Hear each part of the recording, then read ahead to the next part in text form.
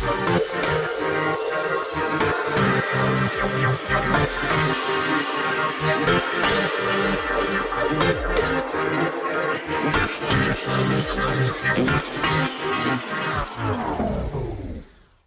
evening, everyone. We're going to go ahead and get started. We've got a wonderful night in store, and so let's dive right in. I'd like to welcome you all, and especially to the alumni in the audience. I just want to make sure I say welcome home.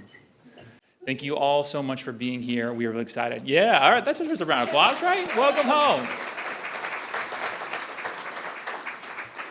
If you haven't already, please go ahead and dive into your salads. We've got a packed agenda for tonight with some great awardees, so we're going to be going right through the meal service, but go ahead and dive on in. We are very blessed to be here, and I also want to recognize that once again we are combined with our Alumni Awards and Hall of Fame, and we are very excited to do that, and I want to send a special thank you to our Alumni Association Board of Directors and our Bulldog Athletic Association for doing the hard work of picking our winners tonight. So can we give them a round of applause too?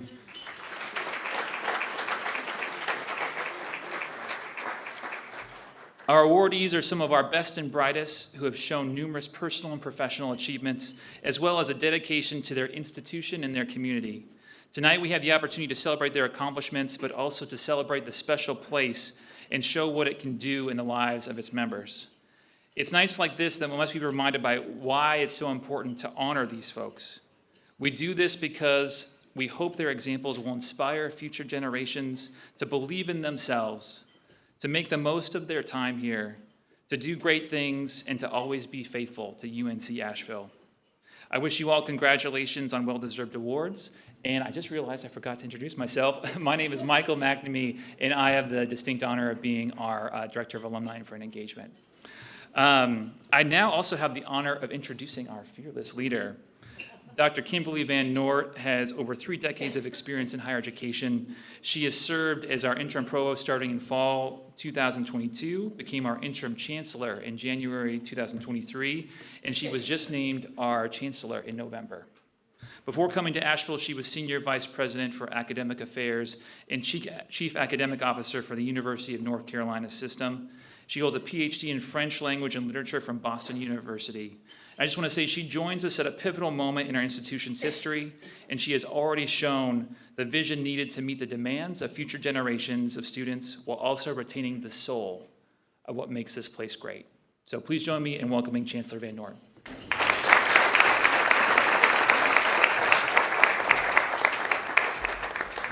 I think it's been about exactly 1 year since I last saw many of you. I'm thrilled to see so many of you back this year, and I'm so thrilled to see so many new faces in the room, and especially the Alumni Award winners and our newest inductees into the Athletic Hall of Fame. This is an important night for UNC Asheville. This is the culmination of really celebrating the excellence and the quality of the education here, and also the incredible outcomes that a liberal arts education of the type that we offer here at UNC Asheville can have. The transformation of the lives that are involved, the communities that are transformed by what we are doing here at UNC Asheville, and I couldn't be prouder. I'm also very, very happy that we've combined the Athletic Hall of Fame with our Alumni Awards. Athletics plays a pivotal role, as you know, here at this university. Not only it is our front porch in many ways, but the young men and women who are our student athletes are some of our brightest and best here at UNC Asheville, and we celebrate the accomplishments of those who have made it possible for them to succeed. We have a lot going on at UNC Asheville, I'm sure many of you know, but the wonderful things that are going on are the things I want to celebrate with you here tonight. We are about to break ground on a renovation. I guess we're not breaking the ground. We're going to do some renovation on our Lipinski Hall. How many of you remember Lipinski Hall? It looks about the same as it did when you were in school here. And it's a place that I chose to hold our annual opening meeting this semester in Lipinski Auditorium, which is a special place to the entire campus, but it's a place that is in need of great renewal, refresh, and investment.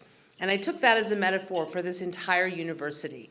We've got to take a look at what we're doing. We are about to enter our second centennial, our second 100-year period in 2027. And it's time for us to develop a really bold and innovative new plan that will carry us into that next century of excellence here at UNC Asheville. We'll be contacting a lot of you as we begin planning our 2027 100-year birthday celebration. It's going to be wonderful. I'm really excited to be here early enough to be able to be planning on that. But the Lipinski renovation is going to transform the center of the heart of our campus. It's right there by the library. It's going to be a beautiful building housing our music department and some of our student success and faculty support areas. And much like Owen Hall has completely transformed our art department, our enrollment in our art and art history programs has gone through the roof because of that new facility, in part. Lipinski will do the same for our music program and also for our ability to invite people from the community onto our campus in a beautiful and modern space. So we're very excited about that. Many of you have seen the new Karl Strauss track. If you haven't, I invite you tomorrow when you're at the basketball game or when you're here for some of the alumni events to walk back there and take a look at that. That's another project which has really transformed the experience here at UNC Asheville. It is a state-of-the-art track surface. Our athletes are beside themselves with joy about being able to work and practice on that track. And that track, like Lipinski, is enabling us to bring even more community members onto campus. We will be using it all throughout the summer for camps. We'll be hosting high school track meets. We're actually able, for the first time in 20 years, to hold college-level competitions here at UNC Asheville. So we're very grateful for that. Next up, and you'll be hearing a lot more, will be the tennis court project. But we are very proud of so many things that are happening both on the academic side and also in athletics this year. We had several conference champions last year. We are setting up for several more. This year, I believe, I'm particularly excited. I just happened to run into some of the men's soccer team over in Brown Hall. They are rocking and rolling already, so we're looking forward to a wonderful soccer season. And we're also looking forward to a lot of new recognition in some of the work we're doing in undergraduate research. We just learned that Amanda Wolf, professor of chemistry who runs the Wolf team in the Wolf Lab, just won a major teaching award and a very large prize to go along with that award that she is, no surprise, going to be using to support her students. So the work that we're doing in the classroom, on the courts, in the pools, on the track, everywhere at this university is truly amazing and truly transformative. I couldn't be more proud to be here. And I'm so happy to be here tonight to celebrate with all of you the incredible accomplishments of our awardees this evening. And I think that they are the stars of this show. So I'm going to turn things back over to you, Michael.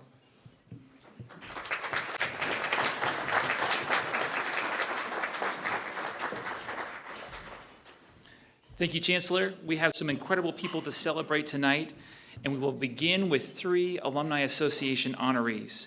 I also just want to note as we get started that our Alumni Association awards are actually handmade pieces of pottery right here at UNC Asheville. They're as unique as their awardees, and we are very proud of our awards tonight.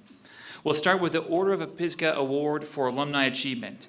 Named in homage to Mount Pisgah, one of the area's tallest peaks in the campus visual center, it recognizes degreed or non-degreed alumni for outstanding achievement in their fields of endeavor.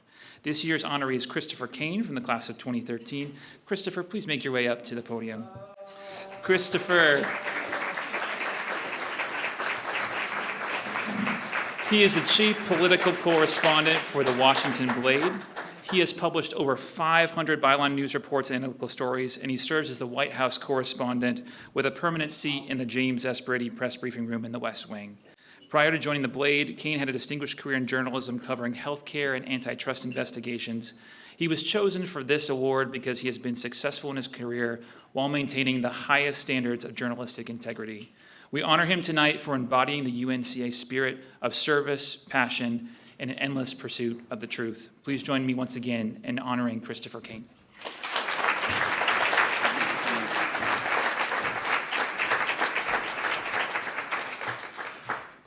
Thank you so much. I'd like to begin by thanking the Alumni Association, Chancellor Van Noort, Michael, and the MassCom faculty, as well as I'll mention Mark Dan for nominating me, civil rights attorney, the best kind of attorney, I think. So standing here today to accept this award and sharing the stage with my fellow awardees, all of you so accomplished, is a true honor and privilege, as well as a surprise. On a personal note, I must also take the opportunity to thank publicly my husband, Dan, my dad, and my best friend, Kelsey, all seated here, as well as my mom, brother, and other family and friends who are unable to make it, unfortunately, tonight. Anyone who has first or secondhand experience with freelancing can appreciate the extent of the sacrifice that my husband, Dan, made to support us as I toiled away for months, working 40 plus hours a week and taking home probably $400 in a single year. With the knowledge that if I worked hard enough, it could pave my way to a real career in journalism. I covered the Federal Trade Commission, the Department of Justice. I covered multi-billion-dollar mergers and acquisitions. I covered Congress for a healthcare magazine. I'm proud of the work that I've done throughout my career. But never did I imagine that I would be tapped to cover the White House while representing one of the 49 outlets with a seat in the James S. Brady briefing room, and one of only 32 outlets that is involved in covering the in-town press pool rotation. I'll tell you the truth about this job, though. I never feel that I've done enough. I'm haunted by imposter syndrome, something that I think most people can relate to. The emails that I didn't read, the members of Congress that I should have ambushed when presented with the opportunity, the critical networking or press briefing event that I missed because maybe I had the flu or maybe I just didn't feel like it. More broadly, when you have a front row seat to history and access to the most powerful people on earth, news about topics like the election, or frankly, the moral panic that's being stoked about the LGBTQ community, causing direct harm to my brothers and sisters, is not some abstraction that we take in passively. I'll tell you a funny story, but it's okay. But first, a bit of background. Each reporter in the pool rotation is given special access to events that otherwise would be closed to the press. And in exchange, we publish pool reports, which are sent to the White House correspondents across the board, so they have access to this information. And the reason that that's done is because the White House is not big enough to accommodate all the reporters who would like to cover certain events. Depending on what's happening in the White House and where you're positioned relative to the president, this can be challenging and quite stressful. In fact, the White House Correspondents Association is constantly tussling with the White House about things like whether reporters are able to lean over the sofas that are in the Oval Office, for example. So this is a real thing, I promise. So on February 3rd of last year, I was a few months into the job, and I was on pool duty covering the president's departure from the South Lawn of the White House. I don't actually remember where he was going, but what I do remember is how loud the helicopter was. And it was my job to stand there, and it was very cold, I remember, with my phone, to type out everything that the president said if he was going to talk and all the questions the reporters would ask. So I'll tell you, the shouts of my colleagues, they had one main question in mind, which was, "Mr. President, do you have any comment about the balloon?" So I had not been, somehow I missed this story. This is back February of last year, you may have heard about this, but there was a Chinese spy balloon that was flying over the country. And so I didn't know about this. So I'm standing on the South Lawn with a chopper overhead, and I'm Googling balloon. If you can imagine. Look, what I'm saying is sometimes being quick on your feet means using the resources available to you, and one can't know everything. The White House communicates news of the day through the pool reporter via his or her pool reports, which reaches the entire White House press corps. On Tuesday of this week, however, an attorney in the White House counsel's office shared a letter with the White House press office that was then relayed to the pool reporter and disseminated via a pool report.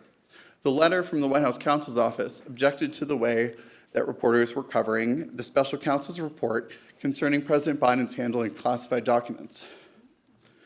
The Correspondents Association balked at this, and our president, the formidable NBC News reporter, White House reporter Kelly O'Donnell, shared a message that read, in part, "The White House has the contact information for every bureau chief, editor, and reporter covering the beat and should reach out to them directly with concerns about their editorial decision-making." Sorry, I gotta catch my breath. She called the use of internal pool distribution channels for purposes of disseminating generalized critiques of news coverage inappropriate. For better or worse, the White House Correspondents Association is best known for hosting an annual star-studded dinner ceremony. It is quite a fun event, I have to say. I met Lisa Vanderpump there, Real Housewife of Beverly Hills. Pretty cool. But on a serious note, I often wish there was a better understanding of the important work that we all do in the White House Press Corps. And here I must also acknowledge the journalists who are unlawfully detained overseas just for doing their jobs, those who are maimed and killed in conflict zones around the world, so that we can know what's happening in these dangerous places. I will conclude my remarks by praising the students who are working to one day become journalists, along with the educators who are sending them to our newsrooms. My belief that reporting is among the noblest of professions has only been strengthened over the years, and working in this field has been the privilege of a lifetime. As I will say, so far in my life and career, accepting this award as well. So thank you all so much.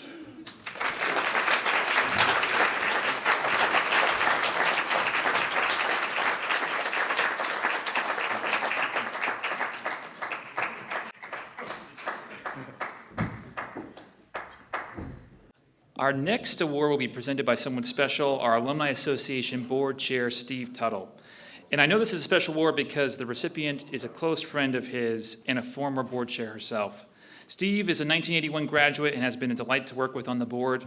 He has championed initiatives to engage alumni in the life of their alma mater and recently served on the Chancellor's Search Committee. Steve is a published author and historian, and he recently was awarded the Order of the Palmetto, the state of South Carolina's highest civilian honor. Please welcome Steve Tuttle.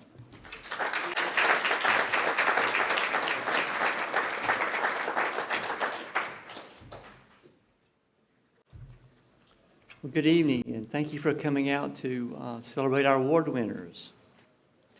Our next honor is the Thomas D. Reynolds Alumni Award for University Service. It is named after the son of the university's founder and graduate of the class of 1937. Thomas D. Reynolds spent 60 years as one of the university's strongest advocates and most active volunteers. This award recognizes one person each year for exemplary service to UNC Asheville. We are proud to honor Kenya Edwards as this year's recipient. Kenya, please join us at the podium.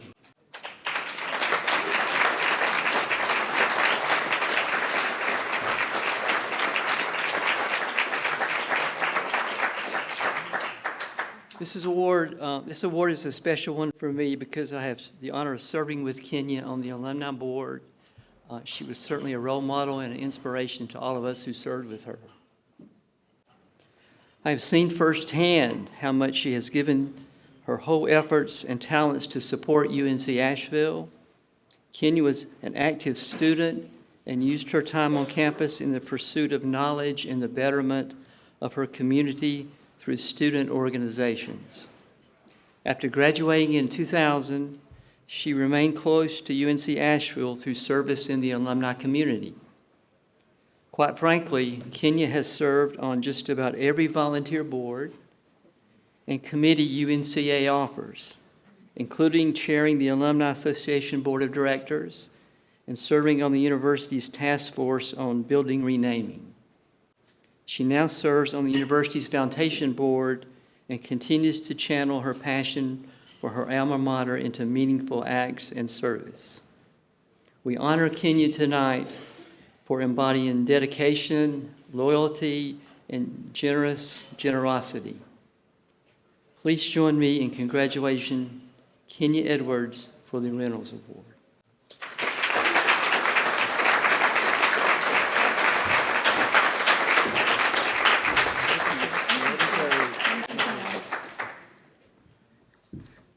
I'm a little short. Good evening, everyone. I am deeply honored to be receiving the Thomas D. Reynolds Alumni Award for Service to the university this evening. The recognition means so much to me, and I cherish it with my heart. Following my graduation in the class of 2000, I relocated to Atlanta, Georgia, just a few hours away over the mountains. Despite the distance, I made it a point to return to Asheville periodically to visit the university, reconnect with family and friends, and participate in events like homecoming this weekend and Turning of the Maples. It was a pleasant surprise when I was nominated to join the Alumni Board of Directors during one of my visits back to Asheville. Initially unsure of my qualifications for the role, I was thrilled when the nomination was accepted, and I became a member of the board. That was, gosh, a little while ago. The opportunity to give back to my alma mater was one that I cherished, and over the years, I experienced the joy of serving on various committees and eventually became the board chair. One of the most fulfilling aspects of my time on the board was witnessing the positive impact of our work, particularly in the establishment of endowed scholarships for incoming students. Seeing how these scholarships benefited students and aided their academic pursuits was truly rewarding to me. Serving as the chair of the board during the challenging times presented by the COVID-19 pandemic was a test of leadership and resilience. Despite the circumstances, I am proud of the board's unity and commitment to supporting the university and its students, especially in promoting diversity, equity, and inclusion. The dedication and solidarity by our members during this period was truly commendable. Our alumni base spans across the nation and around the globe, with individuals making noteworthy contributions to society. As an alum, I place great importance on supporting the university and a significant role in shaping my foundation and kickstarting my career. This award symbolizes my commitment to giving back and assisting future generations of students. I owe a debt of gratitude to the university's professors who provided me with guidance and support for many years. The education and mentorship I received from these individuals has left a lasting impression on me and fueled my desire to contribute to the university community continually. Receiving the Thomas D. Reynolds Award this year is a tremendous honor, and I extend my heartfelt thanks to the Alumni Board for this recognition. I'm truly grateful for the collaborative effort, support, and guidance I have received from mentors, peers, the university, staff, family and friends who are here, and my husband who's home ill. Let us all continue to be agents of positivity and change within the university and our communities. Thank you very much.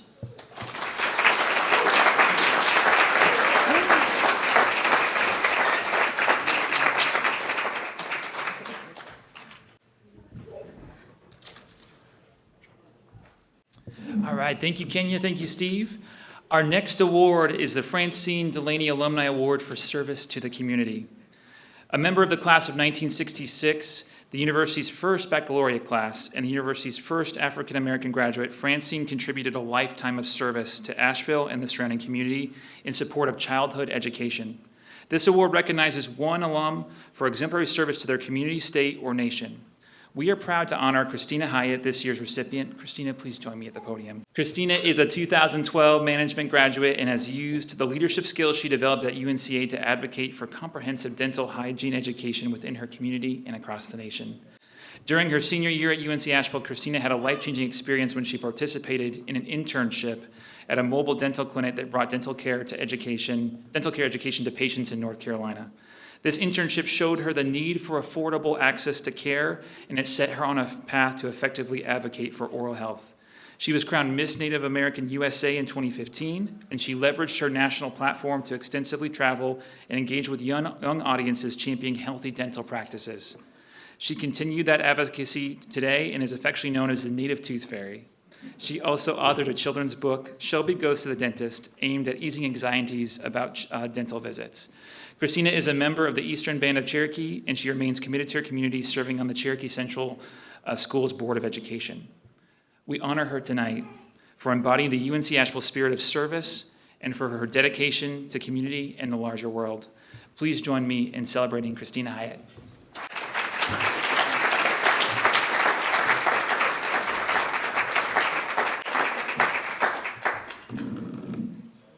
Shio Nagata. Hello, everyone. I'm very honored and humbled to stand before you today. And as he mentioned, I was Miss Native American USA, and I did a lot of public speaking throughout the country. But I am so nervous standing before you today. And that's how it is. It doesn't get easier, but I was very surprised when he emailed me to let me know that I was nominated for this award. I wanted to take a moment to thank God for opening doors and creating so many opportunities for me to travel across Indian country to make a difference in the lives of Native children. I want to also thank my family, my mom, my 2 boys are here, Cohen and Nigel. And a fun fact, my husband, Vincent James, we met here at UNCA, and he's actually a former basketball player for UNCA. I also want to thank Raina, Shelby, and Asher. They're my cousins, but she's like my sister, and any time that my parents weren't able to tag along in my many adventures, they have always been there for me. He mentioned the book that I wrote, Shelby Goes to the Dentist, and I want to mention that Shelby, here in the audience, is actually the main character in that story. Before my dad passed away, I told him that I wanted to write a children's book just to create a resource for kids that may not have access to the internet, and stuff like that, just to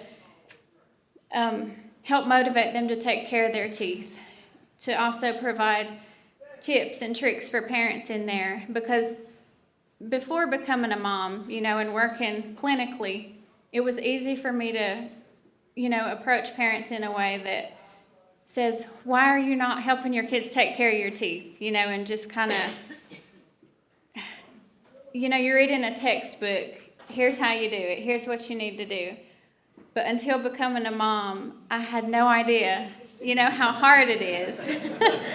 Because they will kick, they will fight, and they will scream. But at the end of the day, we have to get it done because we don't want them, ending up with cavities and having to deal with all the dental pains that are unavoidable or that are avoidable.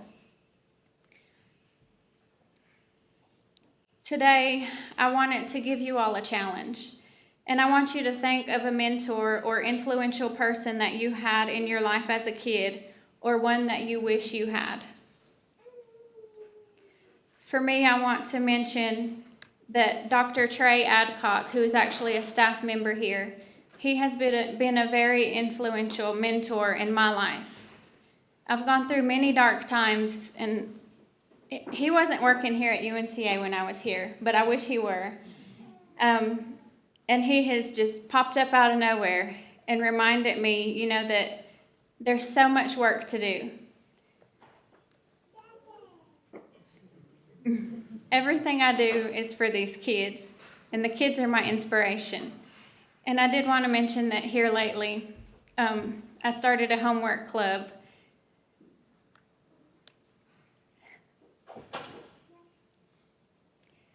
Just to create a safe place for kids,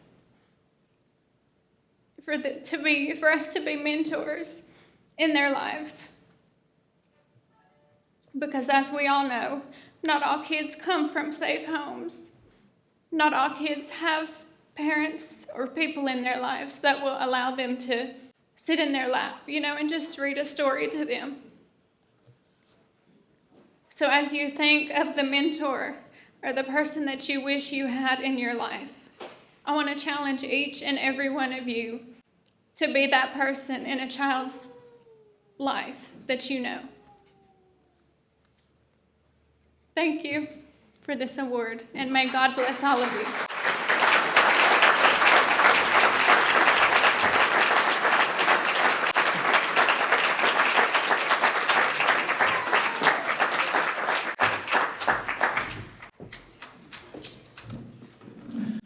Ooh, oh my, okay.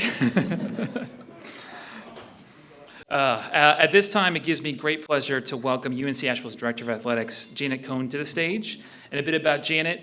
She has served in her role since 2004 and is presently serving as the president of the IAAA Athletic Directors Association and a member of the National Association of Collegiate Directors Executive Committee. Under Janet's leadership, several student athletes here have gone on to earn recognition as All-Americans, and Bulldog teams have over 30 Big South Conference championships. I'm going to say that again, 30 Big South Conference championships. Amazing. I also want to note that Janet pushes her student athletes to excel both on and off the field, and UNCA student athletes have achieved a 96% graduation rate and overall GPA of 3.2.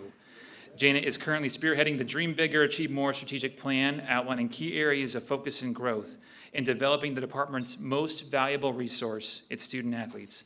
Ladies and gentlemen, Janet Cohn.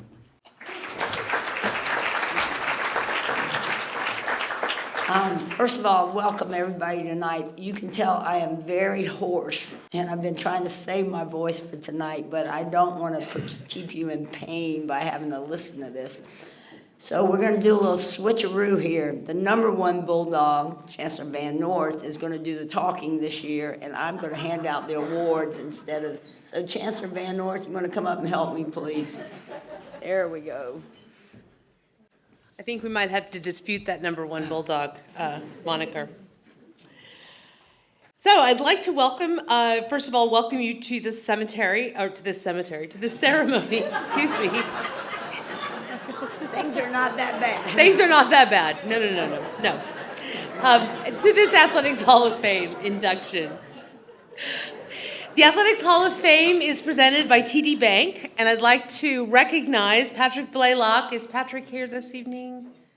There, oh, there he is, right there. Okay, I'd like him to invite him up to say a few words, Patrick.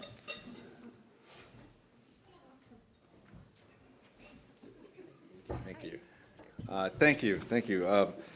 TD Bank and UNCA have a long-standing relationship, specifically in the athletic realm, and we are proud to be partners for the last, I can't remember how many years, but I'm proud to sponsor this event again this year, and we look forward to sponsoring and staying with our relationship for many years to come, hopefully. So let me be the first to congratulate everyone who is being inducted into the Hall of Fame tonight, and I won't keep you. Go Dogs.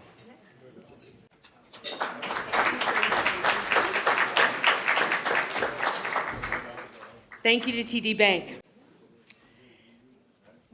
Our first inductee, Pete McDaniel, who played both golf and basketball while at UNC Asheville. We are inducting him tonight for his industry accomplishment post-graduation. Here to introduce Pete in a taped video recording are Audrey Bird Mosley, Jamal Jabali, and Bob Dalton.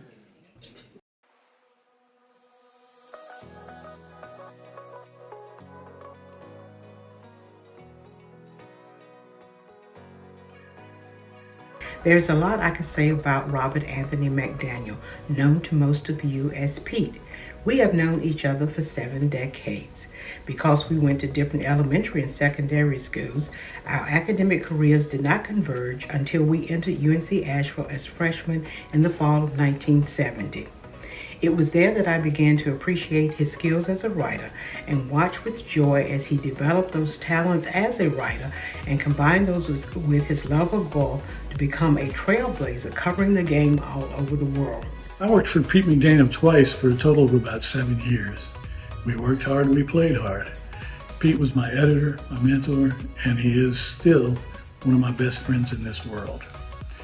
There's a long list of sports writers who came through Hendersonville and worked under Pete, who went on to bigger papers or to manage their own departments.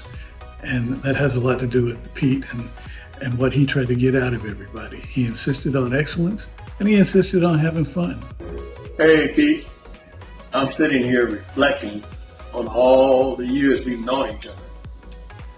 Blood, sweat, and tears we went through together to get to this place in time. His books have a special place in my library. He has a special place in my heart. To Anthony, as you will always be known to me, I would like to say that your great-grandfather, Hardy McDaniel, born into slavery in 1839, would have been proud of you. Your parents were proud of you. To you, as one of my favorite fellow alums, and one of my dearest cousins, I would like to say it has been a pleasure and a privilege to be a small part of your journey. Thank you for allowing me to tag along. Two of Pete's passions have always been writing and golf, and he was able to combine the two into a great career. And he did so in a field that wasn't always welcoming to guys who looked like him. Congrats for being inducted into the UNCA Sports Hall of Fame. Love you, man. Go Bulldogs. I send you my congratulations, my best wishes, and much love. Pete, congratulations on tonight. Well earned, my friend.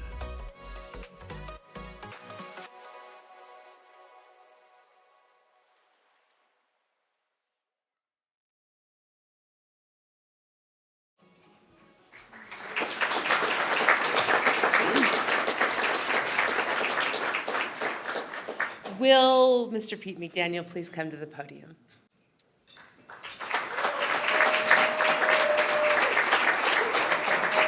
Well, I have to read something first. So just stay right there for a moment. We've got to talk about you first. And I'm going to read carefully this time. Pete McDaniel was a dual sport athlete at UNC Asheville, playing on both the golf and basketball teams. After graduating in 1974, Pete became one of the world's best-known golf journalists. He began his career at the Asheville Citizen-Times and the Hendersonville Times-News before spending over 15 years in various roles, including senior writer with Golf Digest and Golf World.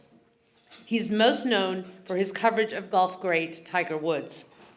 Pete co-authored a book titled Training a Tiger with the late Earl Woods, Tiger's father.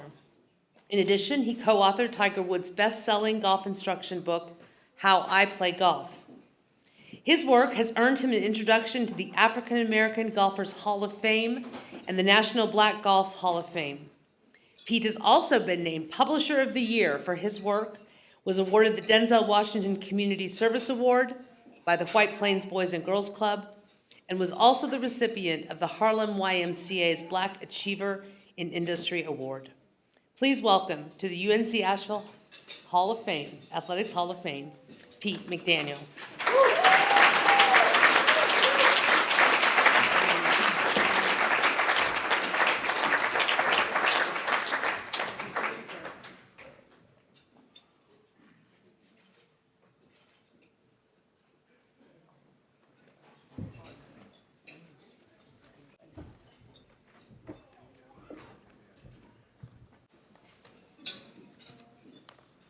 I usually write very short speeches. As a matter of fact, I usually ad-lib. But I thought this was an important enough event that I'd try to put something down to express myself. You can imagine a writer having a difficult time writing something, then you're looking at me. But I will try. Good evening.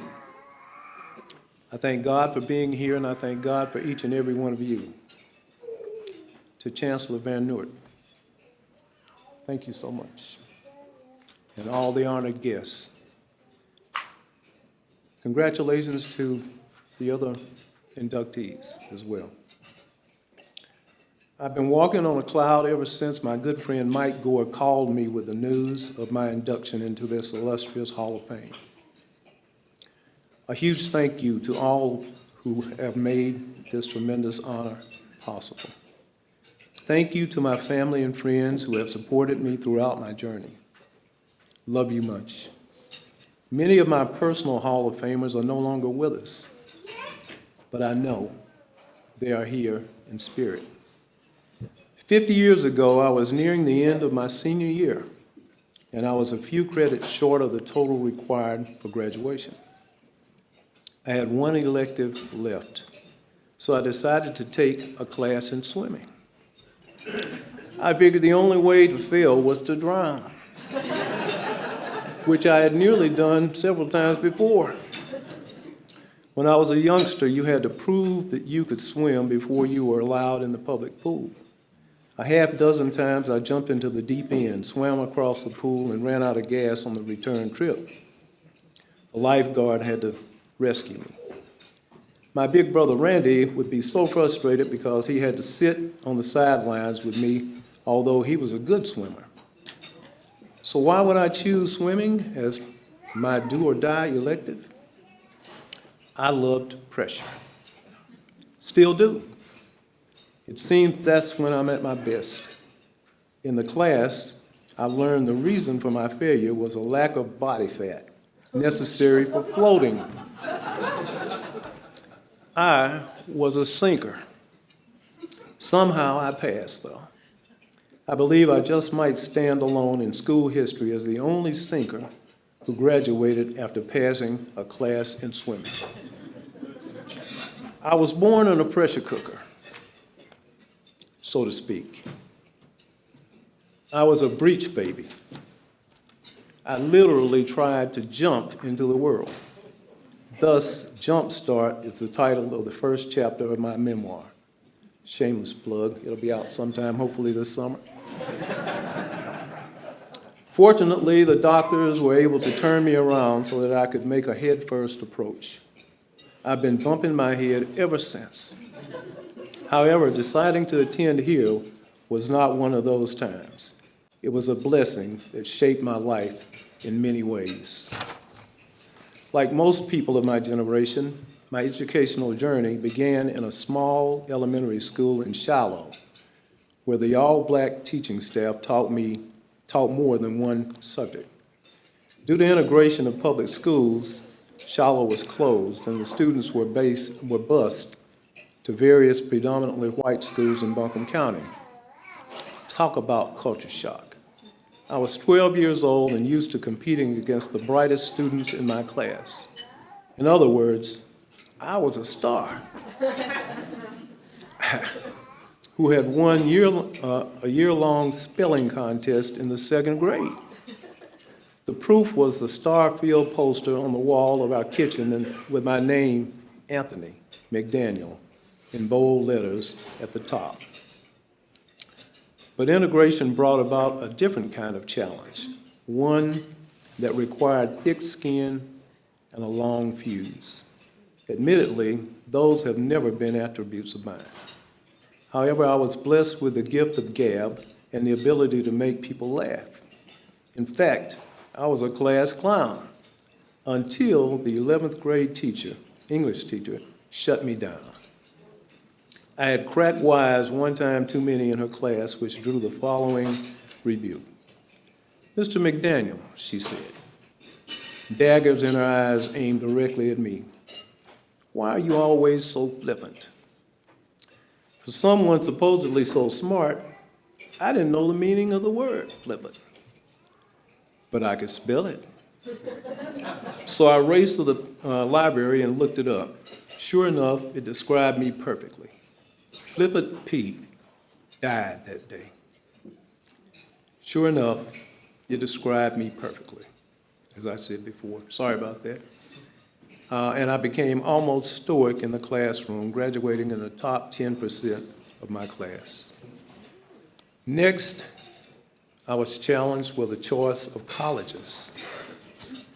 The hometown university was not on my list at first. However, several of my high school classmates and I made a pact to come here for a couple of years, during which we would save enough money to transfer to Chapel Hill. As the ultimate dreamer, I thought I'd walk onto the basketball team, where I'd star, of course, then take my multi-talented self to Carolina and star there too. Solid plan, except for two things.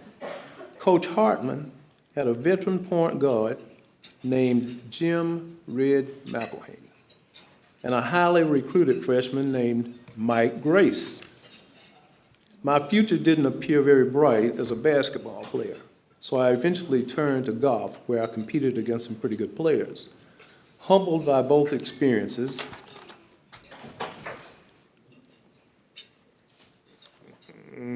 I was determined to discover my purpose, and this campus was as good a place as any to find it. I've been blessed to have traveled the world on the strength of a gift from on high and the education received at one of the finest liberal arts schools in the country. My professors poured into me a measure of knowledge and encouragement to carry me during the course of a long career. For that, I am grateful. Even the literature professor who declared I would never be a writer motivated me to endure the difficult climb in a profession not known for colorblindness.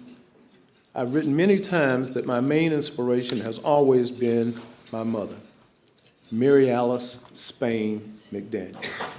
Mama stressed education as the pathway to future, filled with accomplishments. She also pushed us to compete at every opportunity, from tryouts for church and school plays to various sports. She was the impetus behind all my achievements. She would be proud. When she passed in 1996, my big sister Ellen filled her shoes. Thank you, sis. The brightest star in my immediate family was our baby sister, Ava, who received her wings several years ago. I got the fame, but she earned the glory. A true intellectual degree with the degrees from Spelman and the University of North Carolina, Chapel Hill. Ava was the personification of Mama's expectations. Of my 10 granddaughters, 4 have graduated from college. 1 will graduate in a few months. 2 are college freshmen. And 1 is an engineer in the military. I have some good and bad young women in my family, cut from the same mold as my baby sister. Watch out, world, they're coming. The summer of 1993, I left these magnificent mountains in search of fame and fortune. My journey led me to a relationship with Tiger Woods and his family. It was one of the greatest blessings of my life. Through that friendship and relationship, I found a measure of fame and fortune. They have enabled me to give back to this institution of higher learning, a measure of what it gave me. So, this is one old bulldog who will continue to howl about my amazing alma mater while thanking God that I found my blue heaven right here at home. And oh yeah, before I trimmed down recently, I could float with the best of them.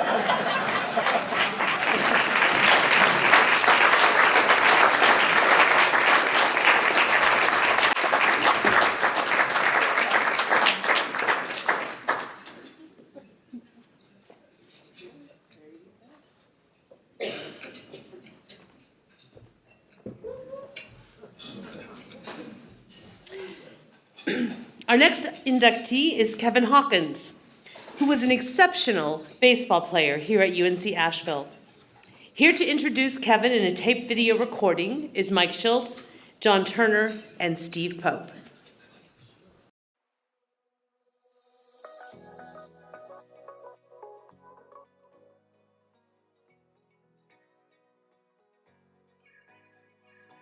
Hello, fellow Bulldog supporters. My name is John Turner. I'm a UNC alum and former Bulldog baseball player. It's a very exciting day for me in the baseball program with my good friend and teammate Kevin Hawkins, better known as Hawk's, induction into the UNC Hall of Fame. I first contacted Mike Gore in 2016 about Hawk getting into the Hall of Fame. Mike told me at the time that Hawk's name was in the discussion and he thought it would eventually happen. 8 years later, Mike finally called. Thank you, Mike, and the Hall of Fame committee on selecting Hawk for this prestigious honor. Hawk, congratulations and well-deserved, long overdue, your induction to the UNC Asheville Baseball Hall of Fame. Man, it was a privilege to watch you play. You were good in all phases of the game. This guy could really hit, good contact hitter, have some pop, could really run, steal a base, was an excellent defender, covered a lot of ground, sure-handed, and had a hose of an arm. This guy's a good all-around player and definitely deserving of being a Hall of Famer. Hello, Kevin. Sorry I'm not able to be there tonight with you and your family and your teammates. You know, you were the kind of player that had a determination to win that was second to none. You never quit until that final out was made. You dedicated countless hours to improving your baseball skills. You had a work ethic that was beyond reproach. Your glove work became remarkable. Everyone wanted ground balls hit into your direction because you turned them into outs. Your aggressive base running was infectious. It was inspirational for our offense and a total nightmare for the opposing defenses.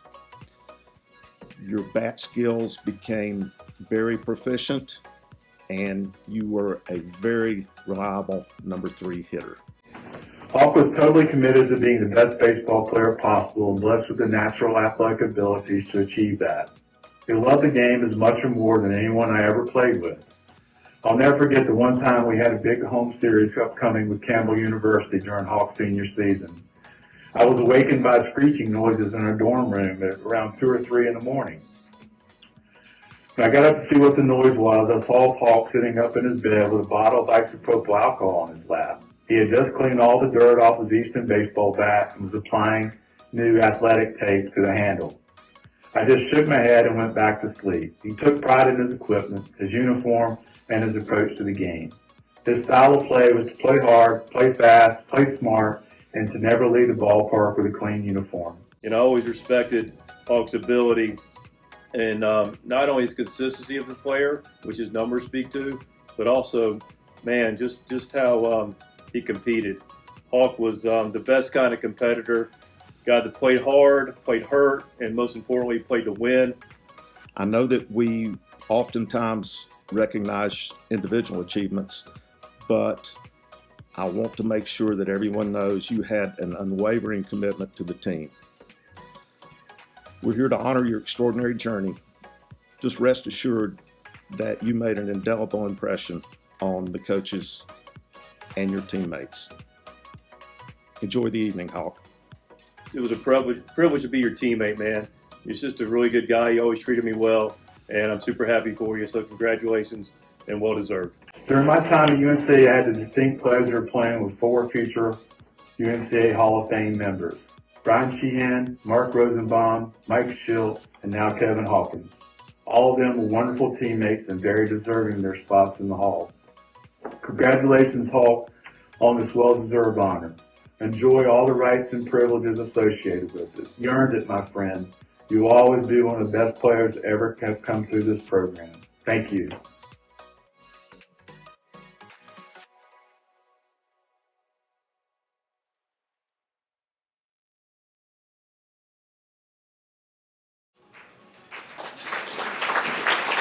Kevin, would you please come forward? Kevin Hawkins was the starting shortstop all 4 years in Bulldog Blue. He is just one of 4 Asheville baseball players to earn first-team Big South All-Conference honors twice, in 1989 and 1990. Kevin is the school's all-time leader in stolen bases and walks, while being second in runs scored and third in hits. Kevin led the entire team in runs scored and hits in 3 of his 4 seasons, and the entire Big South in runs scored in 1989. Please welcome to the UNC Asheville Athletics Hall of Fame, Kevin Hawkins.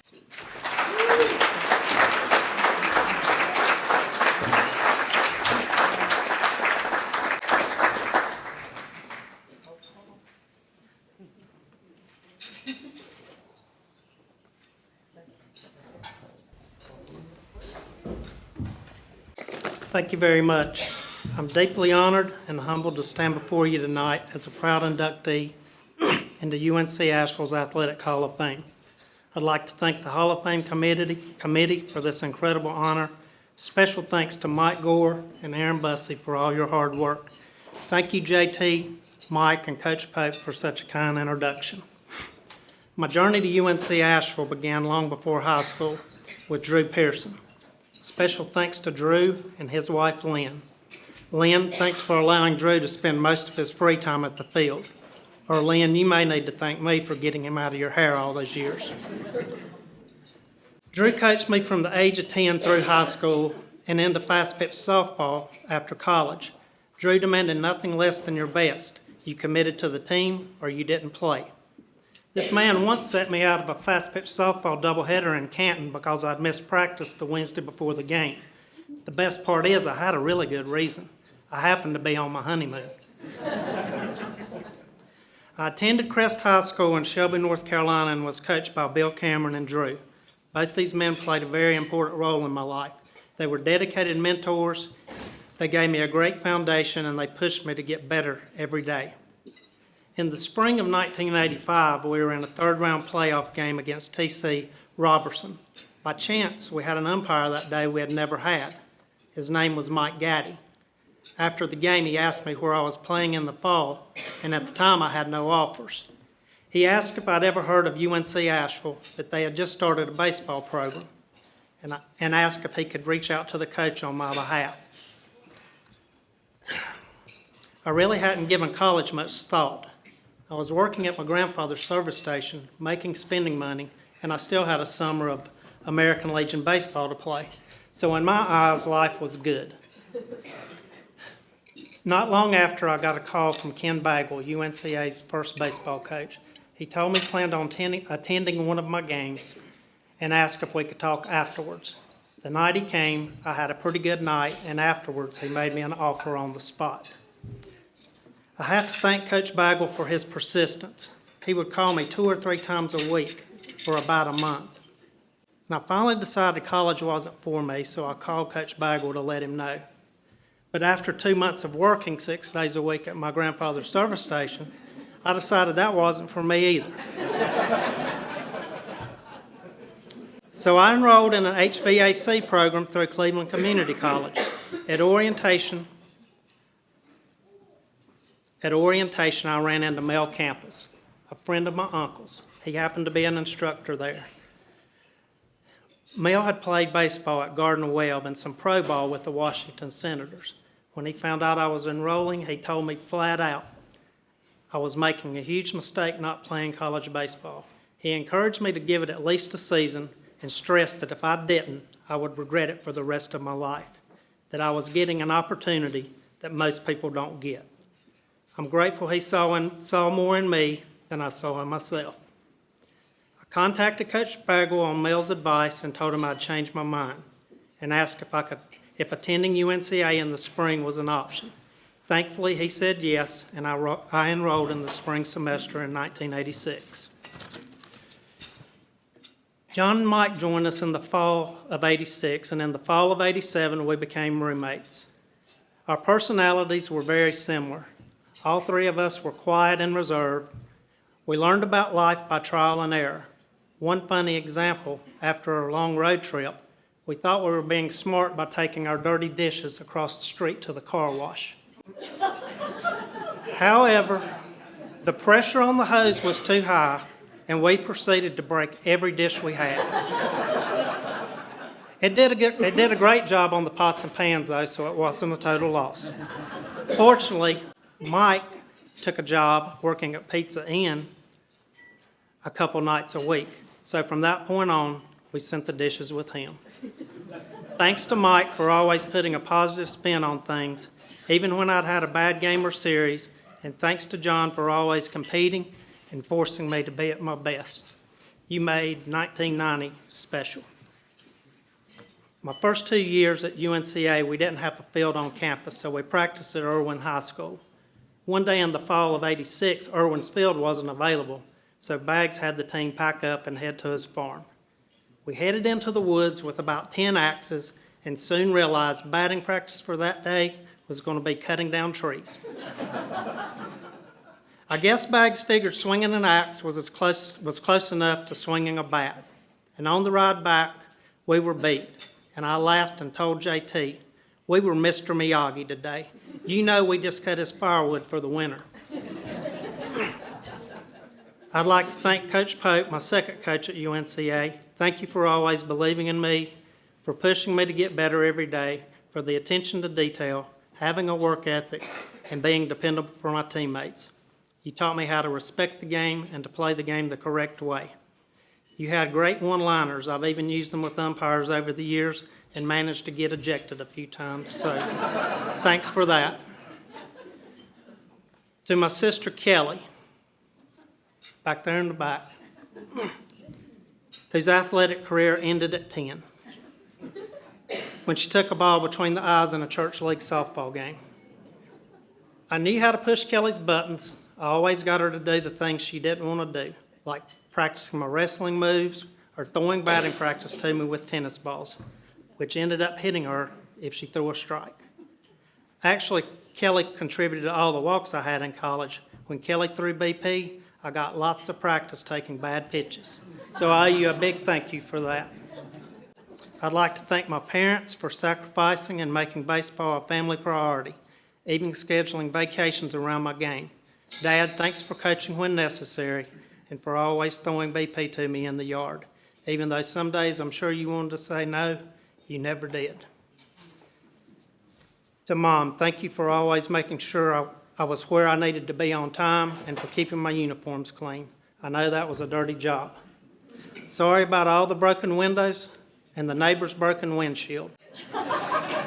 As you told me that night, he really should have had better sense than to park the car there in the first place. I'm sure you remember me in the carport practicing my ground balls with golf balls.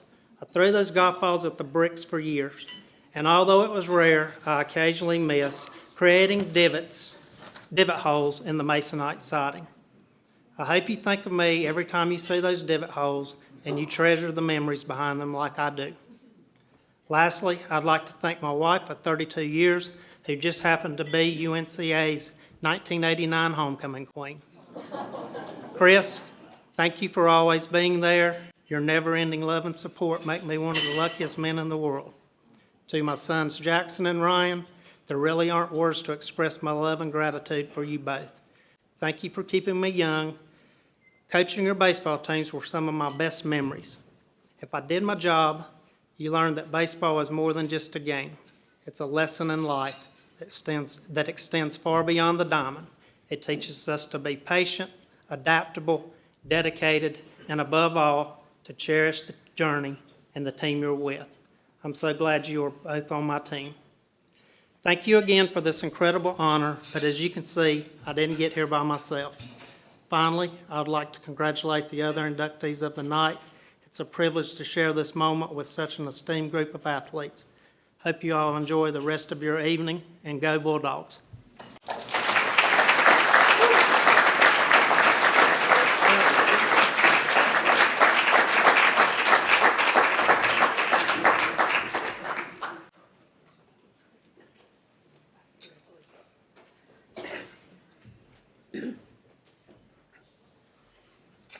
Our final inductee this evening is Larry Cook, who enjoyed a successful soccer career here at UNC Asheville.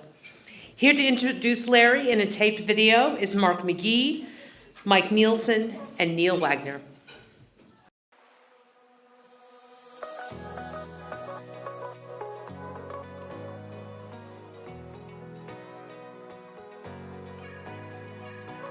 It is truly an honor to have the opportunity to recognize Larry Cook, aka the Cookie Man, as a new member of the UNCA Athletic Hall of Fame. Cookie Man, congratulations on joining the Hall of Fame. There's no one more deserving than yourself for this award. Larry Cook. Larry's a tremendous goalkeeper and an amazing natural all-around athlete. I had the privilege to play soccer with Larry my freshman year in 1986. Larry was a senior in '86. 1986 was the first year UNCA competed as a Division I team. Our team had a lot of young talent, but our new D1 opponents were gifted with a lot more scholarships, a lot more funds to fill the roster, which made our challenge to win games truly tough. But we had a secret weapon. It was Larry. His outstanding goalkeeping and competitive drive kept us in games with outstanding save after save. Larry was a silent leader and a great teammate. Congrats, Larry. You truly deserve this honor. And if you haven't heard already, Larry played in one game in the field and of course scored a goal.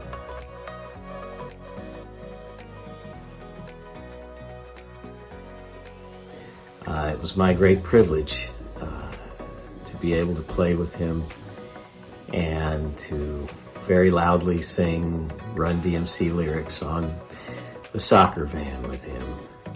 You were an amazing goalie and a human highlight reel at times. I read that in 1986 you made 126 saves. I'm going to deem that over 40% of those saves were impactful, allowing us to be competitive in games when we truly weren't that good. For me personally, you made me change the way that I attack goal. I simply couldn't make shots into areas where you weren't because you'd always get there. I had to figure out unique angles, times, and pace to get things by you. And I always felt that if I could score in practice, I could score in a game. So thank you for allowing me to be part of your night, and again, congratulations. Congrats, Larry. Congrats to you, Larry. You the one.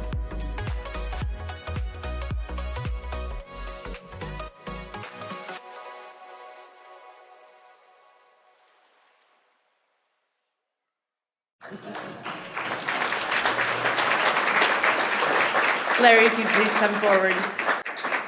Larry Cook was a 4-year starter as goalkeeper for the Bulldogs.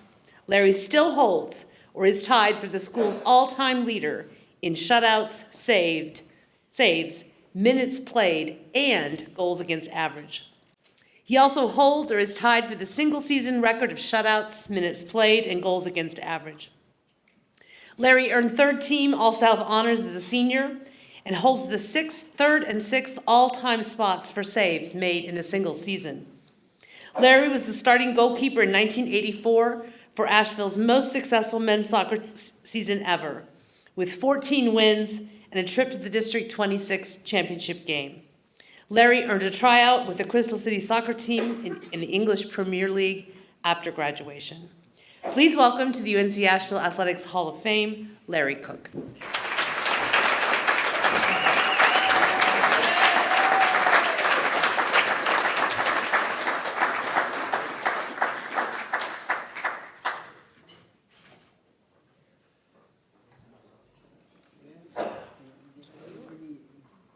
First of all, I'd like to thank those that nominated me. I'd heard through the grapevine for several years that I was up for induction, but was always falling a little short. And it's easy to say, I tried, I submitted, an application for him to make it.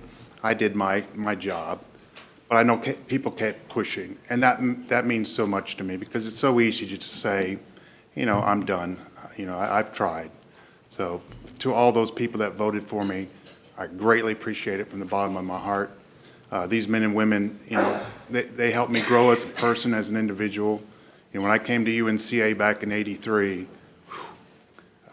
those that know me, I was, very introverted.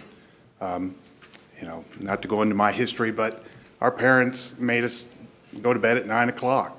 Until my senior year, I got to stay up till 10. People weren't allowed to come over to visit. It was just that kind of lifestyle. So when I came to UNCA, I had to grow a lot, just as a person, as a soccer player. So to each individual that I played with for 4 years, I greatly appreciate it. It's always interesting. I know when Mike Gore finally called and to let me know, I was just extremely thankful because I just didn't think it was going to happen. So, but I know when I got the recognition, I picked out what I was going to wear, and luckily my wife helped me out because the suit that I picked out that I purchased 30 years ago wasn't going to cut it. I couldn't understand why, but she's like, that's not happening. So luckily she took me out and helped dress me. And then unbeknownst to me, I needed a haircut. I didn't realize I would need a haircut. So I don't have a whole lot, but she's like, it's all frizzy wilds. And so she sat me down, she cut my hair. So I appreciate that.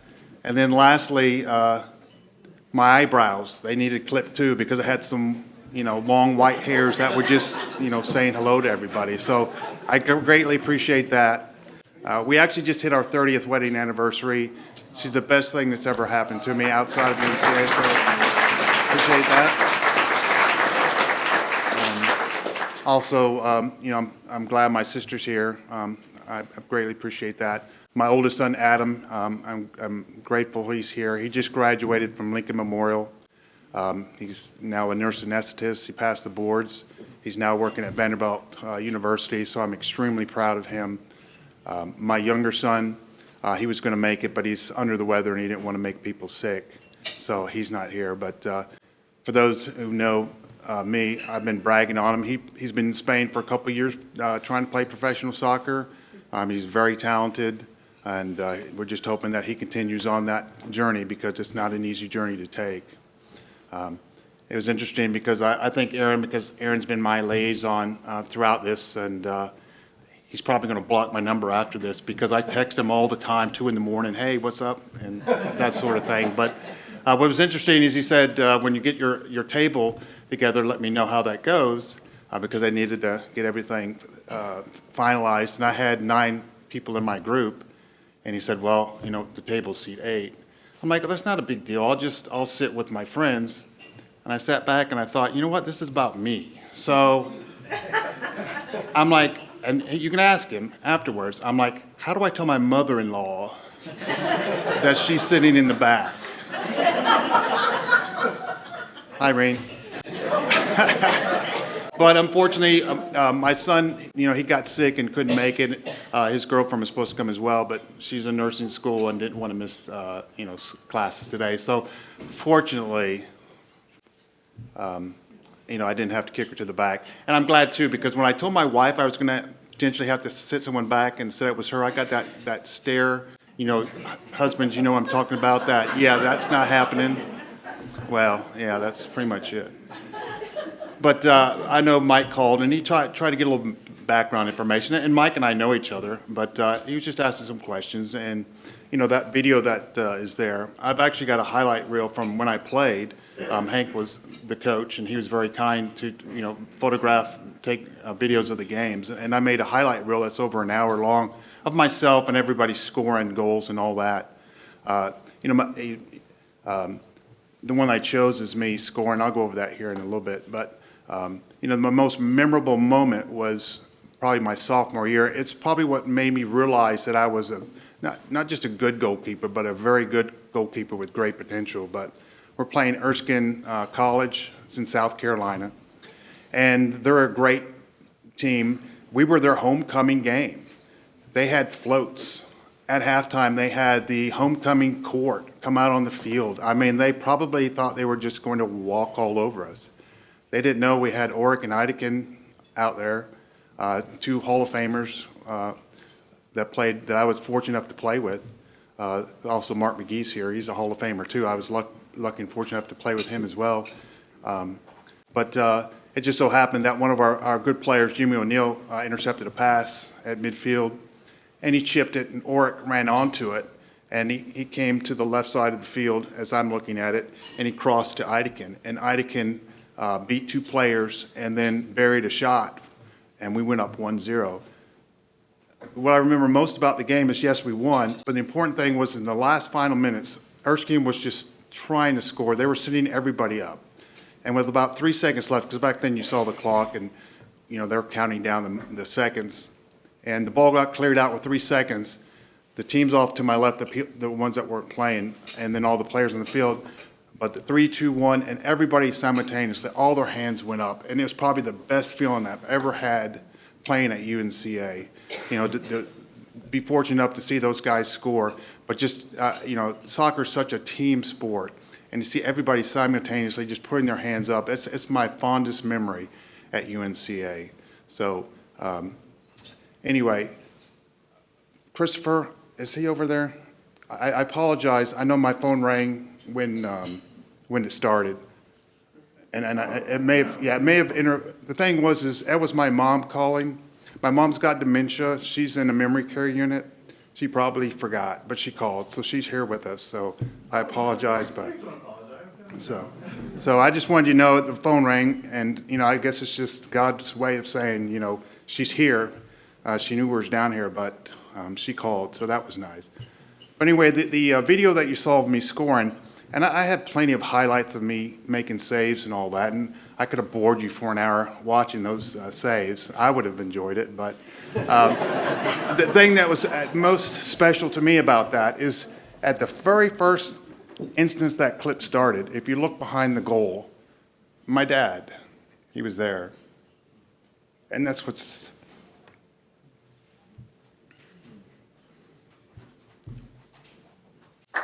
special about that. That's why I chose that particular, clip, because my mom started, and then, with my dad there at the end, it's great. And he was there to see one of my most special moments. Like I said, he didn't get to very many games. They lived in Atlanta.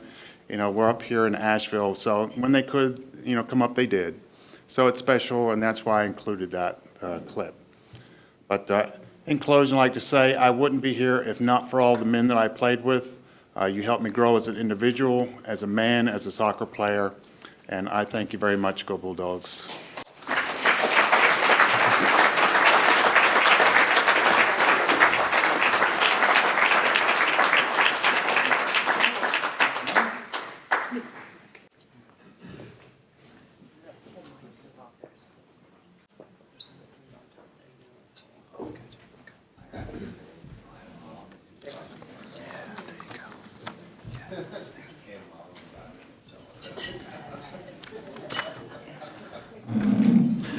All right, thank you.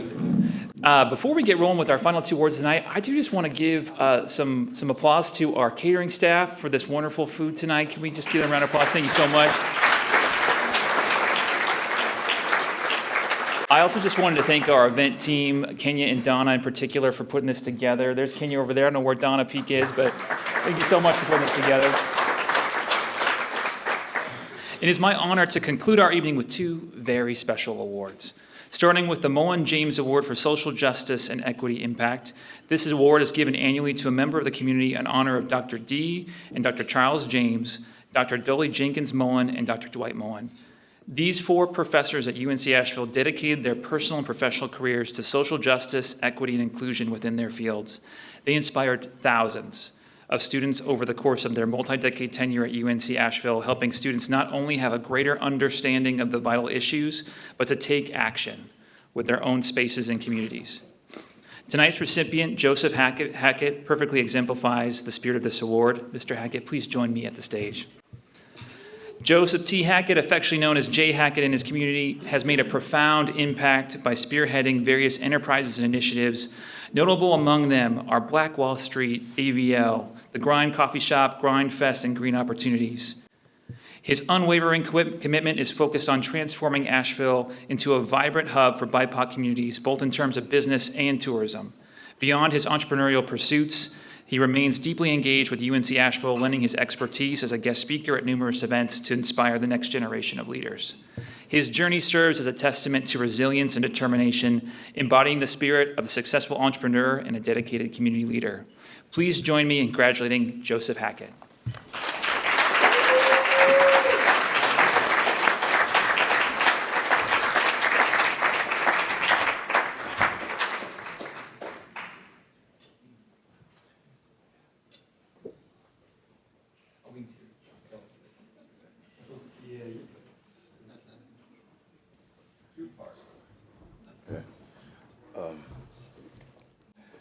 Thank you so much.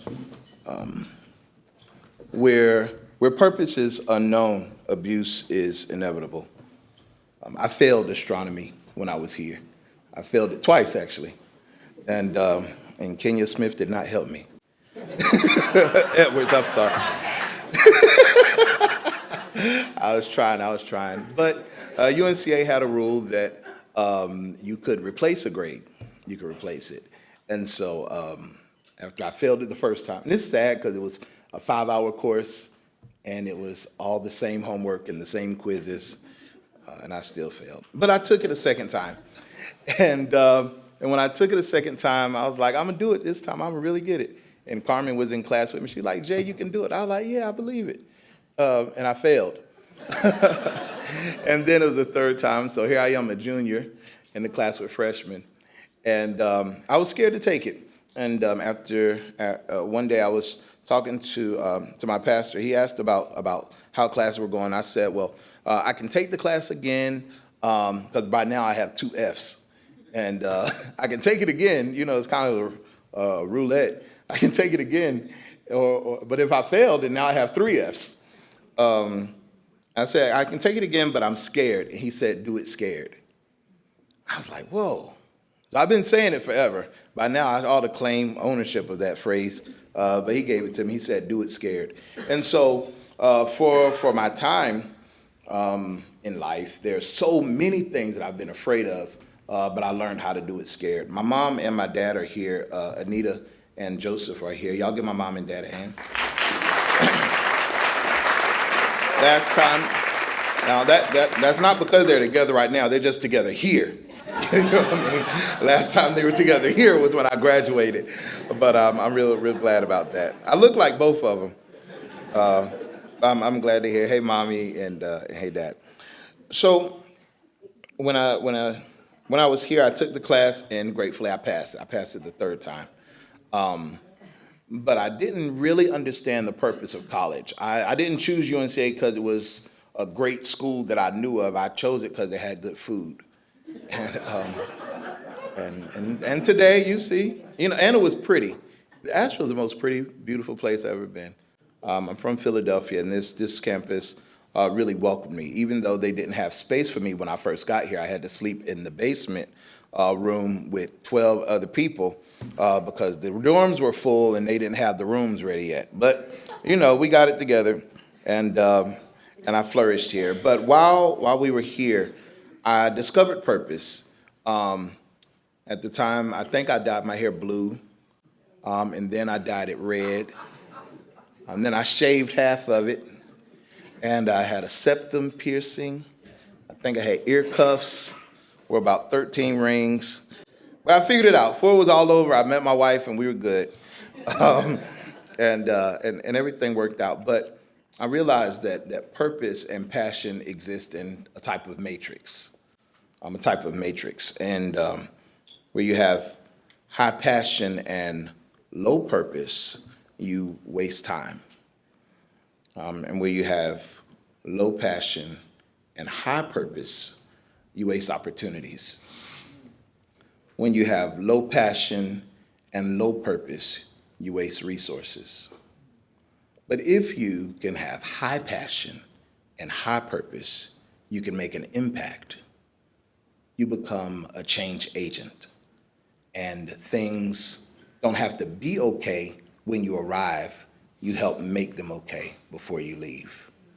And so while here at UNCA, I worked and I studied. I don't know if I was a good student. I figured it out, but I worked a lot. I was an RA, and I was the volunteer coordinator for the Adelaide Key Center for Service Learning. And I remember they said that we could petition the professors to give class credit for volunteer service and call it service learning. But the volunteer service had to qualify, and we had to meet with the professors. And so we did that. I was so grateful to have met Ms. Adelaide Key before she passed. And I realized that education at this university was not limited just to what we did in the classroom. You see, I came here as a music major planning to be an opera singer. And by the second round of music theory, I was like, nah, it's okay. I just want to listen to music. I don't want to study it. But I became a sociology major, but while I was in class with Drs. D and Charles James and Dolly and Dwight Mullen, I realized that it didn't matter what my major was. At the Public Liberal Arts University, I could study anything, and I could approach my goal from any direction. That there was no limit on how I could study as long as I demonstrated scholarship in my studies and followed a course of action that I was able to prescribe for myself under the guidance and leadership of my advisors. I could get there. And so my sociology ended up being different than the next person's sociology, but we emerged as social scientists. And I'm grateful for the experience. But Carter G. Woodson, he wrote a book you all know called The Miseducation of the Negro, When he wrote the book, he identified that to be uneducated is to lack knowledge, but to be miseducated means that you have been systematically fed wrong knowledge. It means that somebody has told you the wrong thing, and they've expected you to accept it as truth. And there are a lot of places that are uneducated, but one of the most dangerous places to be is in a place where you are miseducated. Gratefully, UNCA did not put limitations on my education, and so I wasn't miseducated. I was able to explore. I was able to explore what service learning was. I was able to explore how communities connect with universities. I was able to explore astronomy at least 3 times. I was able to explore how writing could really show you or could really open doors for you. In the writing lab with Dr. D. James, she said, "Jay, just write what you're saying. Just say it. Just say it through words." And I would write, and I would try to get it right. She said, "No, you're working too hard. Just say what you mean." And so I've written. I think I've written 13 books, and I'm real grateful about that. But I'm able to do things today that I would not have done were it not for this place of passion and this place of purpose. And so I'm grateful to UNCA for what it did, and I look forward to what UNCA can mean for us in the future. UNCA was a place where we were able to take the limitations off of education. I was at UNCA when I met Mrs. Jacqueline Holland, and she explained to us youth of color that you can work in one place and live in another place. I said, "What?" She said, "Yeah." She said, "The world is changing, and you can not only have health careers wherever you are. You can not only have health careers no matter what discipline you come from, but you can work in one place and you can live in another place, and there are no limits and no boundaries to what you can do." And I'm really glad to see Ms. Hallam here. She's such a beacon of light and joy and hope to us all. But education is under attack today, you all. Education is under attack where people would try to put limitations on what folks can learn and what folks can explore and how folks can grow in their studies. And I encourage UNCA to never be a place that will lock down education, because I found out that if you lock down education, you'll lock down the brains for the next generation. It was Prince Wilhelm of Persia that was losing a war, and he decided that he would use a specific strategy to train soldiers. He would train those soldiers to simply follow directions, to be prescriptive, and to do things exactly as they were asked, to not question authority, to not explore opportunities, that they just need to know how to get up when the bell rang and sit down when somebody commanded, just to do what people say and almost to be a human robot. And then in the United States, they picked up this model and inserted it into schools, as the educational system in America would try to use education simply to build a workforce. And not only to build a workforce, but to build that workforce only for white men. It did not include white women. It did not include people of color. It did not include black men, black boys. It did not include Native Americans. It did not include anybody except white men. And then over time, they allowed white women. They allowed black men. They allowed black women. They allowed other cultures. But it was not originally intended. But thank God that somebody decided to take the limits off of education. Somebody decided to open the door. And UNCA, being here for these many years, has decided that it will not limit education. And I encourage you to never limit it again, to not allow the limitation to ever exist on public liberal arts education. Because if people can be uneducated, which means to not know, and then people can be miseducated, which means to be fed bad information, then that means that at UNCA, we can take the limits off of education and also do re-education, where people can learn again, and co-education, where people can co-create learning labs and learning styles. That this will be a place of shine and of shimmer and of glow and of uplifting and exploration. That even if you're a little boy from Philadelphia like me, or even if you're a young lady from another place that didn't have what other people had, and even if you're a child that didn't come from a safe place, you can come to UNCA and your mind can explore, and your mind can explode, and your mind can expand, and you can have every opportunity that anybody else can have. This is the place where not only do people come to learn, but people come to thrive. And if this is the place of the Bulldogs, this is the place that knows how to lock jaw on something that is positive, something that has potential, and something that has future. It means that when UNCA grabs onto it, it is like no other university in the state. It is like no other institution. When UNCA decides to do it, you can consider it done, because we are the place that does it.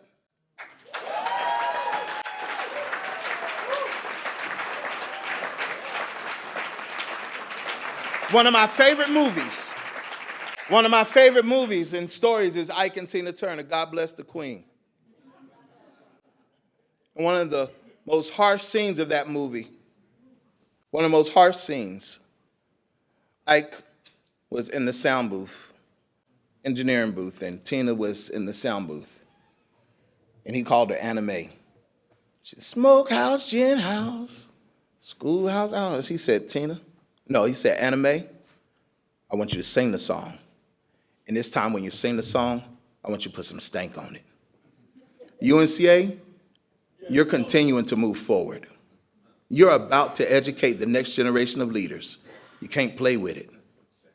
UNCA, this time I want you to sing the song. And when you sing it, put some stank on it.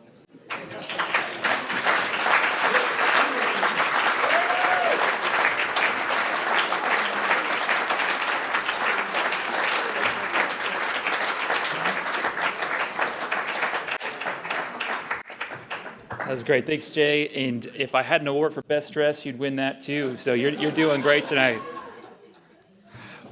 All right. Our final award of the evening is the Roy A. Taylor Distinguished Alum of the Year Award, named in honor of the university's first valedictorian, founder of the Alumni Association, and distinguished member of the United States Congress. The Roy A. Taylor Distinguished Alum Award is the highest award given to graduates of UNC Asheville and its predecessor colleges. And Veronica Johnson, will you please join me at this podium? Now, Veronica, she is an Emmy Award-winning chief meteorologist at 7 News in Washington, D.C., and she has left an indelible mark on the broadcast industry. Veronica is a first-generation college student, and she showed great determination during her time on campus, working 2 jobs and earning a degree in atmospheric science in 1988. After college, she worked for the National Climate Data Center and then transitioned into broadcast with notable stints on the Weather Channel, WABC, and WBBF in Baltimore. Her remarkable career earned her the induction of the National Academy of Television Arts and Sciences Silver Circle, recognizing outstanding achievements, and she holds the esteemed American Meteorological Society's Television Seal of Excellence and Rare Fellow Award, underscoring her commitment to the craft. Her dedication to climate advocacy is evident through her role as MC of Senator Barack Obama's Special Task Force on Climate Change in 2007, and her contribution to Washington, D.C.'s Joint Center Advisory Committee on Climate Change from 2008 to 2013. In 2022, Veronica took on the position of Chief Meteorologist at WJLA-TV, marking her as the first woman and first Black woman to hold this esteemed title. We honor her tonight for exemplifying the UNC Asheville spirit and showing determination to pursue her dreams. Welcome.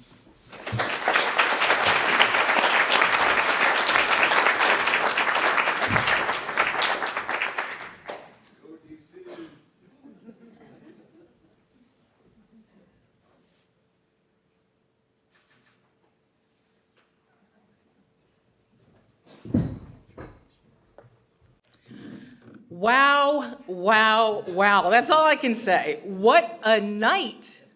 And the weather wasn't too shabby either today, right? Before I continue, let's give another round of applause for all the esteemed awardees here tonight.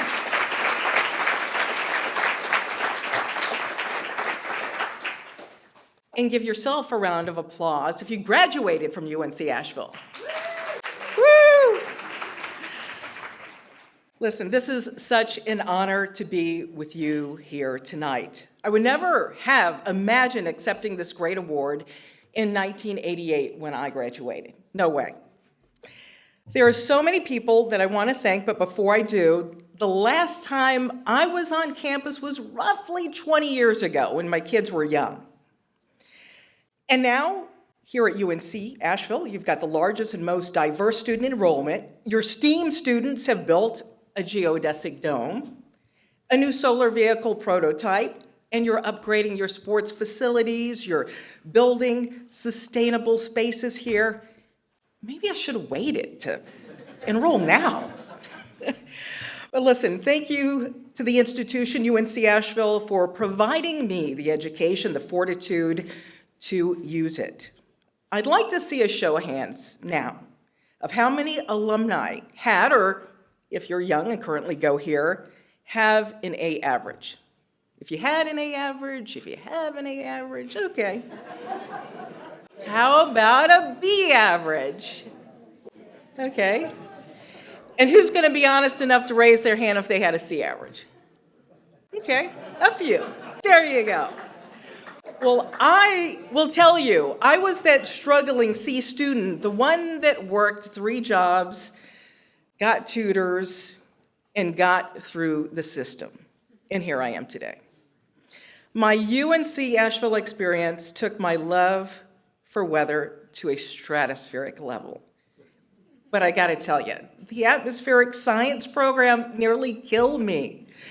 Differential equations, thermodynamics, formulas to make your head spin, but I pushed through it again and got a tutor. And believe it or not, on top of all of that, I was the shy kid on campus. And I didn't see a lot of folks that looked like me that was on campus. There weren't a lot of minorities back in the late 80s. So in a way, I felt like I was alone, but UNC Asheville prepared me for the long road ahead. And for that, I am forever grateful. Another show of hands, please. How many alumni feel like their success can be attributed to the time that they spent here?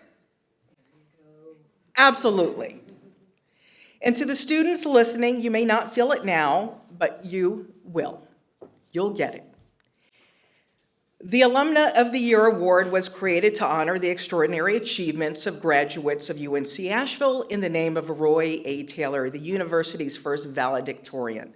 Now, I understand that this is a very competitive process, and for one person to get this out of the vast candidates, it is truly wonderful. I am deeply honored to be selected. I'd like to thank Mr. Mark Dan, who nominated me, and thanks to all those who voted for me. I will always hold this award in highest esteem. And thanks also to the professors, the advisors, my tutors, and those that worked in financial aid to allow me to work on campus and make my dreams come true. Well, speaking of jobs, one of my jobs that I had when I was at UNC Asheville was to pick up prospective sports people, show them around campus. Now, I had a driver's license, but I had never been behind the wheel of a sports van. So imagine my surprise when the athletic director said to me, "You can drive a van, right?" "Oh, yeah, sure." So I took the keys and I went, but I was terrified on the hilly roads out here. I did it. I want to thank all those who helped me along the way.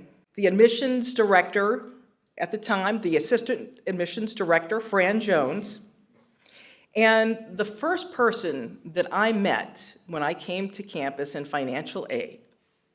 She said to me, "We'll make it happen," and boy, she did it.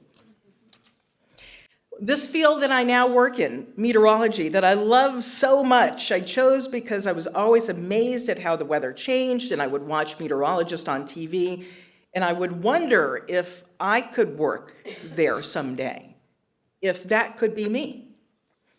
Now, I grew up in a military family here in North Carolina, and money for college for 3 kids was few and far between for my parents. But I was excited to learn that UNC Asheville had an atmospheric science program. I dove in headfirst to the curriculum, and I never looked back. I took out loans, I worked jobs, and I worked a lot of late nights. Now, I can't talk about my award without talking about my journey after I left UNC Asheville.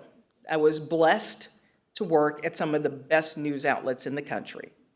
The Weather Channel immediately after I graduated from UNC Asheville, WBFF in Baltimore, where I began my local career. I worked at ABC in New York City, as well as NBC in Washington, D.C. for 20 years, and ABC, where I currently am today. I discovered mentors who helped mold me after I got my degree. The late scientist Matt Parker, meteorologist Vince Miller from the Weather Channel, meteorologist Bob Ryan from Washington, D.C., and meteorologist Mark Reynolds, who happens to still work in Johnson City, Tennessee, where I did my internship.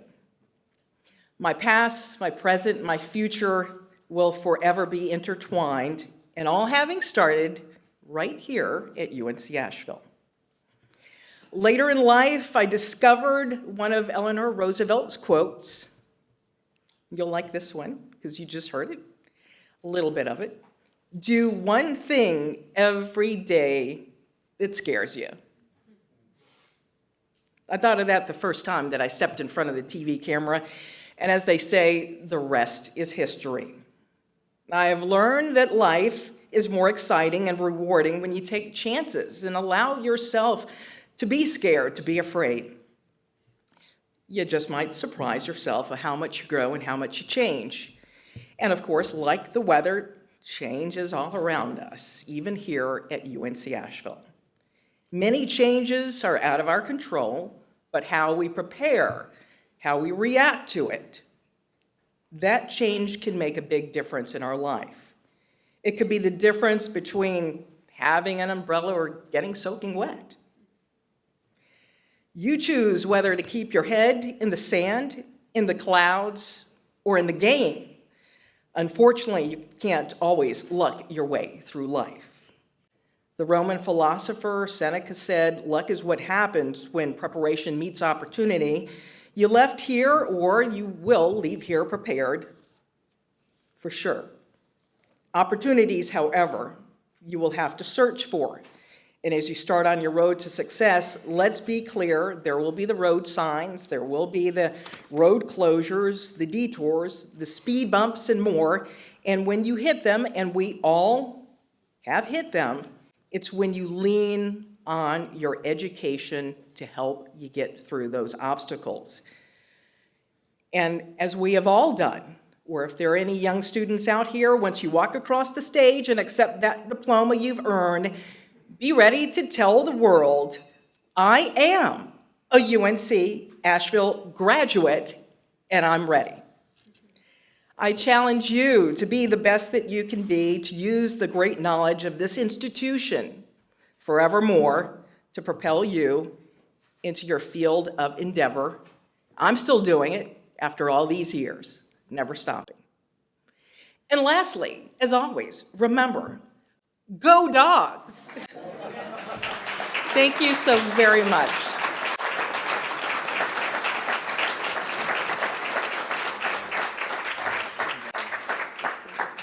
Thank you. Yeah. Yes.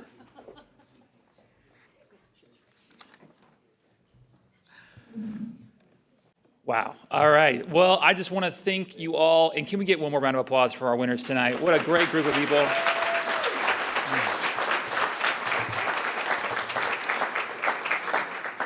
For our winners, if you could stick around after our program, we'll get a group shot up here. And I just want to end by congratulating you all, thanking you all for coming to celebrate us, and encouraging you all to continue the party, enjoy the fellowship, and join us tomorrow.